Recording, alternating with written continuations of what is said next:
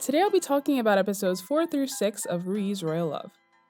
The Emperor and the Empress Dowager are in a petty little stalemate as he wants to give RuYi a high position in the harem and she won't allow it. The Emperor can't just say no, so he plays it passive-aggressive, dragging his feet on approving any of the other women's new titles and having the Empress Dowager live with the Empress under the guise of renovating her palace, although construction never seems to end. Neither of them wants to bend to the other. Meanwhile, RuYi has been locked up by the Empress Dowager to mourn for her dear aunt's death. Hailan decides to stay with her. Hailan is a timid girl. She used to be a maid, but one night the Emperor, just a prince at the time, got drunk and slept with her. Without RuYi's intervention, he might not even have married her, which would have ruined her life. So while she doesn't like the Emperor, she loves and respects RuYi. Also unrelated, but she's one of my favorite actresses. They really gloss over this, but thinking about it, as a servant, there is absolutely no way Hailan could have rejected the Emperor, and despite knowing that, the Emperor had no intention of marrying her. It's selfish to the point of being ridiculous, and it's no wonder Hailan hates being around him. The standoff between mother and son continues for over a month. The Empress is in a really awkward position between her mother-in-law and the Emperor, not to mention all the women who are like, when the hell do we get our titles? The Empress has been jealous of RuYi ever since they met because the Emperor wanted to make her the Empress first, and all of this stress, technically because of RuYi, only makes the Empress dislike her more. Finally, RuYi sneaks out of her room to see the Emperor. She convinces him that the only way to end this is for him to concede first. The old bat will never give in. Construction on the Empress Dowager's palace finally finishes, and the Empress Dowager is able to move out of the Empress's palace. The Empress Dowager calls RuYi in. She knows she had a hand in the Emperor backing off and says as long as she doesn't give her any issues going forward, she'll let go of any past grievances related to her aunt. Why couldn't we have just started here, lady? This is when RuYi asks the Empress Dowager to rename her, and the Empress Dowager chooses the name RuYi. To be clear, this is not RuYi as in the RuYi scepter given to the prince's chosen wife, but RuYi meaning 美好安静, beauty and calm. A not so subtle reminder to RuYi to keep her head down. That said, it does sound exactly like RuYi of RuYi Scepter, which I think the Empress Dowager must have done on purpose as another not-so-subtle reminder to the Empress not to get too cocky. A constant reminder that RuYi would have been in her seat had it not been for a bit of bad luck. 如意，道教臣妾想起当年雪福晋的时候，皇上就赐了一把如意给她。 With that, it's time to give the rest of the women their official rankings. Xiyue, the consort who married the Emperor with RuYi, becomes Hui Guifei. The Emperor wants to give RuYi the same title, but the Empress convinces him to make her a consort so as not to upset the Empress Dowager's newly found tolerance. Chun becomes an imperial concubine because she has a son, the third prince. The rest are assorted noble ladies and lower. The women are moved into their palaces. Knowing that Hailan and RuYi are close, the Empress purposely arranges for Hailan to live with Hui Guifei, who at this point has pretty much become her lapdog. Hailan is only a first-class female attendant, but even if she was higher ranked, she simply doesn't have the personality to stand up for herself.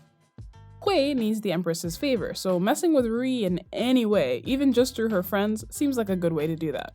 How can you be mean to this face though? When RuYi finds out that Hui Guifei is mistreating Hailan, she sees the Empress to get permission for Hailan to live with her. But the Empress brushes her off, using the phony excuse of wanting to give Hailan more opportunities to meet with the Emperor, as if he doesn't spend most of his time with RuYi. She and the Emperor are still very much in love with each other. He easily gets bored of his other consorts, but no matter how much they argue, and they do argue a lot, these two can't stay away from each other. They're so much fun to watch. RuYi doesn't have that carefulness about her that other women do, so they look like an actual couple and not like a consort and an emperor. Again, all of this is only making the Empress hate her more. Since she is sleeping alone, the Empress picks up a project and decides to try to cut down on palace spending. She leads by example, going for simpler clothing and jewelry. The other women aren't exactly excited to cut down on their finery, like, why do we have to suffer because you're not getting any? Everything from coal to the number of servants is affected. Speaking of servants, seems like a good time to introduce RuYi's two main maids, Aro and Suoxin. Suoxin is a sweetheart and has served RuYi since she married the Emperor. She's in love with a doctor in the palace, Dr. Jiang. They're childhood friends and really, really bad at hiding their feelings. Just terrible. Aro has been her maid since before she was married. She's brash, a bit mean, and doesn't think before she talks. While RuYi and the Emperor were in the middle of one of their many fights, the household department held out on her.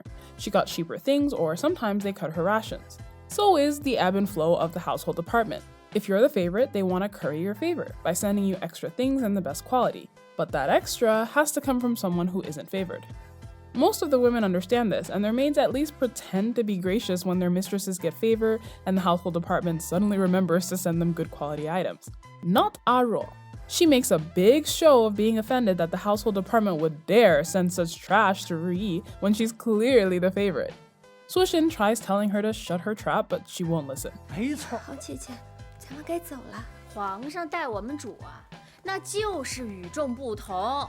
She's overheard by the empress's maid. Whether or not this is how RuYi feels, her maids are an extension of herself. And when the empress's maid reports the news back to her, she's really offended at RuYi's arrogance. As a consort, you always need to watch your maids carefully. They can really mess things up for you. Whatever they do or say, everyone is going to assume it was under your direction or they wouldn't be working for you. RuYi wasn't at the household department, or I'm sure she would have said something, but Aro and RuYi grew up together. RuYi knows her personality and should have nipped this in the bud. Even though Aro uses her big mouth to stand up for RuYi, the way she speaks makes it oftentimes more harmful than helpful. Especially since the Empress doesn't like her and will always be looking for an excuse to punish RuYi. Back to the little fight between the Emperor and his mother. Great job, RuYi. It's funny how the Emperor was pushing so hard and in the end she has to remind him, your mother is a stubborn old witch and she'll die before she gives in. And it worked. The Empress Dowager will now at least pretend to be civil to RuYi, so what more can we ask for? Till next time, thanks for watching.